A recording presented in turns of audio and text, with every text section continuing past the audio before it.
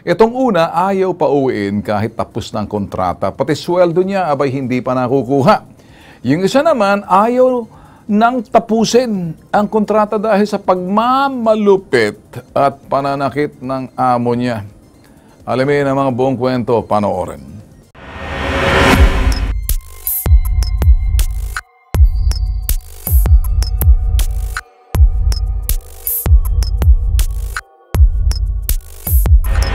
Ikaw ba'y kausap mo ang pamangkin mo rito? Opo, nung isang gabi, sir, Isang gabi? video call kami, sir. Nang, Saka may video sila may na video, sinend may sa video akin, kayo, sir. sa'yo.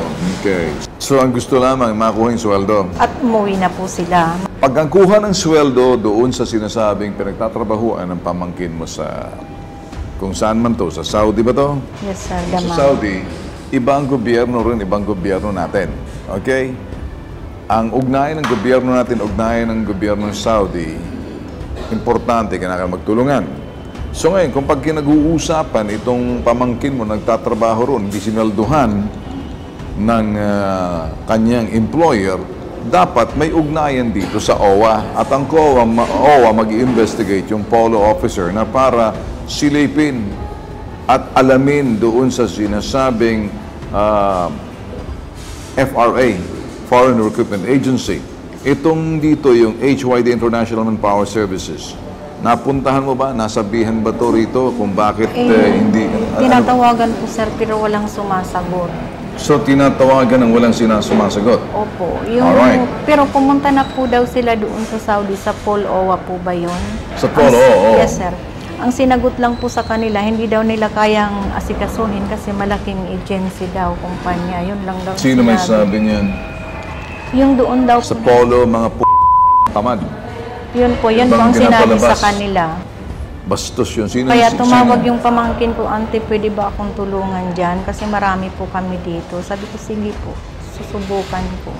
Tinawagan niyo ba yung YHMD? Sinusubukan po nilang tawagan. So, hindi niyo pa natatawagan? Ba't niyo tinatawagan? Wala daw po sumasagot sa kanila. Bakit nyo, anong pakay? Ayun daw, itatanong daw nila kung bakit gano'n iniipit sila po doon. Okay, kung bakit gano'n. Tama nga naman yon. Kasi, kung hindi nyo tinawagan, gagawin natin, patatawagan, patingnan na lang natin muna. Kasi kung hindi, lusob to at nagkatapos yung sa POEA, di ba? Philippine, di ba? Sa agency rito, obligahin to. Nakuha mo ba ako? Action agad tayo. Kung hindi, i-report, kilos agad. Okay, Paul, I want you to take care of this. Tingnan lang muna natin para ma-decide natin, okay? Okay, next? Okay. Ayusin to mamaya, alright? Tingnan mo, kasi ito talagang pang-kilos pronto lang to. Okay, sige. Tingnan natin. Okay, sige, Mrs. Nalaman nyo, ng 2018, sinasaktan yung anak ninyo ng amo niya. Kukuhanin ng cellphone ito ng among lalaki na malupit. Kaya gusto mong pauwi ng anak mo sa Jeddah, Saudi Arabia. Hindi makauwi dahil 2 taon ng contract, 1 taon pa lang natapos. Opo. Pinakita lang po niya yung mga may sugat niya. Opo. May sugat po. Anong trabaho ng anak ninyo? Sa bahay po. Gusto nyo pabayarin ang kalang amo ng 30,000 ito na binayad sa agency. Ayaw nyong magbayad dahil wala naman kayong pera. Opo. Sino nagpapabayad sa inyo? Yung pong amo niya. Yung amo niya. Na para makaalis bayaran. Opo. May loko-loko tong amo na to Nilakad ninyo sa agency at OWA, subalit hindi binibigyan ng pansin. Opo. Pumunta ka ng agency, walang aksyon. Wala po. Dapat kasi sinisilip to ng OWA Oo. Papadala ng polo officer. Wala Alright. This is what we do. At tawagan ng OWA mamaya at sasabihin sa OWA yung kanyang complaint na bastos yung amo.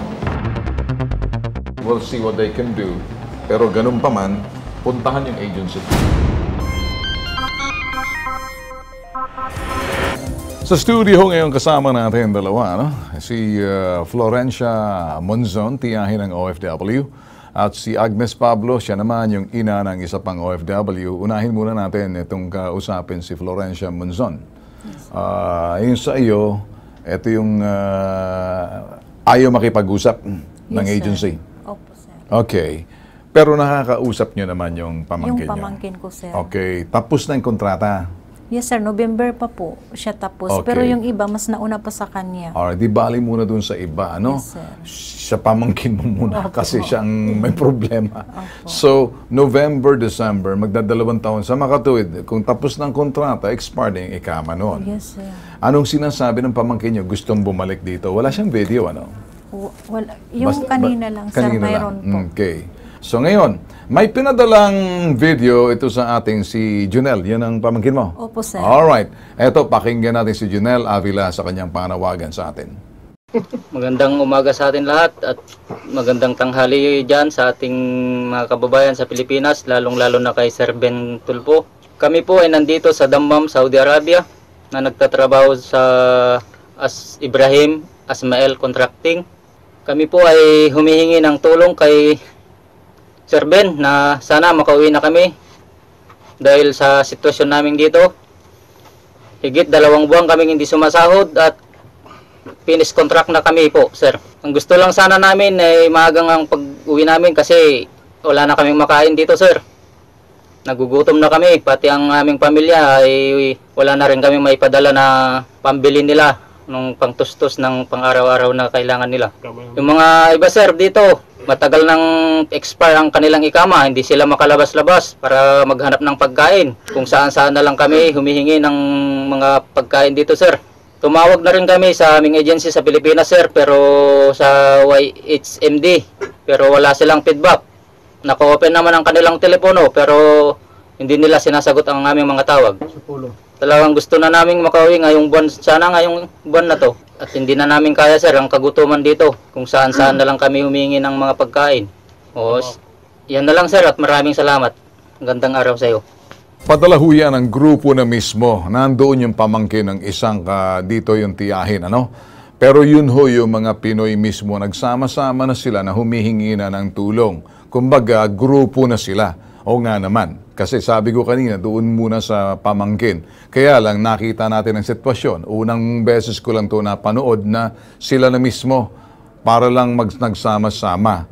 Ang inarereklamo rito yung agency YHMD, International Manpower Services. Nakakagalit itong mga ganito. Sa linya ng telepono natin, ano, si Sheila Aguilar, OIC, ito ho sa OWA, no? At makakatulong sa atin to. Magandang hapon po sa iyo, Ma'am Sheila. Magandang hapon din po sa inyo, sir, at sa ating mga tagapakinig. Ma'am, may problema ho tayo sa kababayan ho natin. Una sa lahat, parang hindi inaasikaso ng kanilang agency. Pwede ho kaming gumawa ng hakbang dito sa Pinas, dito sa atin, para mabisita yung ating, ito yung agency na pinababayaan sila. Kaya lang, sinasabi ho nila dito, Ma'am Sheila, itong sila Junel at mga kasamahan na nanawagan sa video na marami sila, nagugutom na sila, tapos na ang kanilang kontrata, ay expired ng ikama at gusto lamang nila makauwi pero wala pa rin silang pera at nagugutom na. Ma'am Sheila, sa ganitong klaseng sitwasyon, siguro ilalapit na namin sa inyo para masilip man lang kung ito'y sa polo office natin dyan para malagay muna siya sa shelter kasi kung hindi, magiging palaboy sila, gutom na. Sa mga ganitong klaseng sumbong, ma'am, ano hong magagawa ng OWA natin at ating embahador yan, mga polo officers natin doon ho sa Dammam, Saudi Arabia? Dapat ho, yung mga ganyang kaso, kung kapag inilapit po yan, so magiging-coordinate tayo doon sa agency niya doon para ma-check ho yung actual na condition ng mga worker at malaman natin kung ano pa yung pangangailangan. So kung ganun nga po na-expired ng ikama at hindi pa pinapauwi, mukhang meron ho tayong parang meron hong hindi nasusunod doon sa dapat na proseso kapag ganun. So, kailangan pong aksyonan yun. Ang agency, kailangan niyang pauwiin na yung kanyang mga workers at saka yung hindi po pagbibigay ng pagkain sa kanila kasi syempre tapos na ang kontrata, wala ng trabaho, hindi naman po yata tama yun. So, workers nila yon, sila yung may responsibilidad doon. Pero sa mga, kapag worst come to worst, tinalikuran ng agency kung sakali, andyan naman ho ang OWA para makapagbigay sa kanila ng assistance, ma-facilitate yung kanilang repatriation at syempre makapagbigay ng ayuda sa kanila habang hinihintay yung pagpapauwi po. Ma'am, baka pwede ho natin tulugan sa paraan na kung saan dinurog na ho namin sa inyo para masilip na lang ho ng polo office ho natin, ano? Yes, sir. Para nang sa ganun makita ang sitwasyon, kung kinakailang ilagay sila sa temporary shelter muna, mahirap na ho kasi expired ng ikama, baka kung ano-ano pa mga kasong isampa ng mga lukulukong itong kanilang employer, so mas magandang protektado na. Pwede ho bang mabisita man ito sa pamamagitan ng inyong tanggapan na matimbrehan yung embahada at masilip ho ng sinasabing polo officers doon at makita ho ang sitwasyon dahil may video ho kami pinanghahawakan. At samantala, kami naman dito sa Bitag Kilos Pronto, makikipag-unahin din kami sa POEA para may patawag itong YHMD, International Manpower Services, na binabaliwala ho eh. Or kami na ho mismong bibisita, tatadyakan yung pintuan nila dyan, kasamang mga operatiba, at para sabihin, humihingi na ng SOS. At para sabihin, dito mismo, ipatawag na sila sa POEA, obligahin ka ang kanilang lisensya malagay sa kompromiso. So, ito ho yung aming hakbang na magagawa. Pero sa inyo, Sheila, Ma'am Sheila, baka pwede munang unahin sa polo office ninyo doon sa embahada, masilip muna sila dahil gutom na ho sila, ma'am. Yes, sir. Definitely po. After ng call, kunin ko po yung details and then i-endorse po natin agad sa ating Polo OWA doon para ho mapuntahan, ma-check at malaman kung ano yung mga immediate needs ng ating mga workers, especially yung pagbibigay siguro ng food kasi yun yung kailangan. Yun ho ang unang gusto namin, ma'am. Aasa ho kami, ma'am, na pagkatapos ho nito, makipagtulungan ho kayo sa OWA, alang-alang lang doon sa mga nanawagang mga kababayan ho natin na nagmamakaawa ho kanina, ha? Well, ma'am, meron pa ho akong isa, ano? Ito namang isa ay panawagan, kung dyan lang ho muna kayo, ma'am, ano? Ito isa ay yung si Rona Ideta sa Riyadh, Saudi Arabia, at may panawagan lang ho siya dito sa kaso niya. Ang agency naman, Talent Sphere. Pakinggan na natin ito.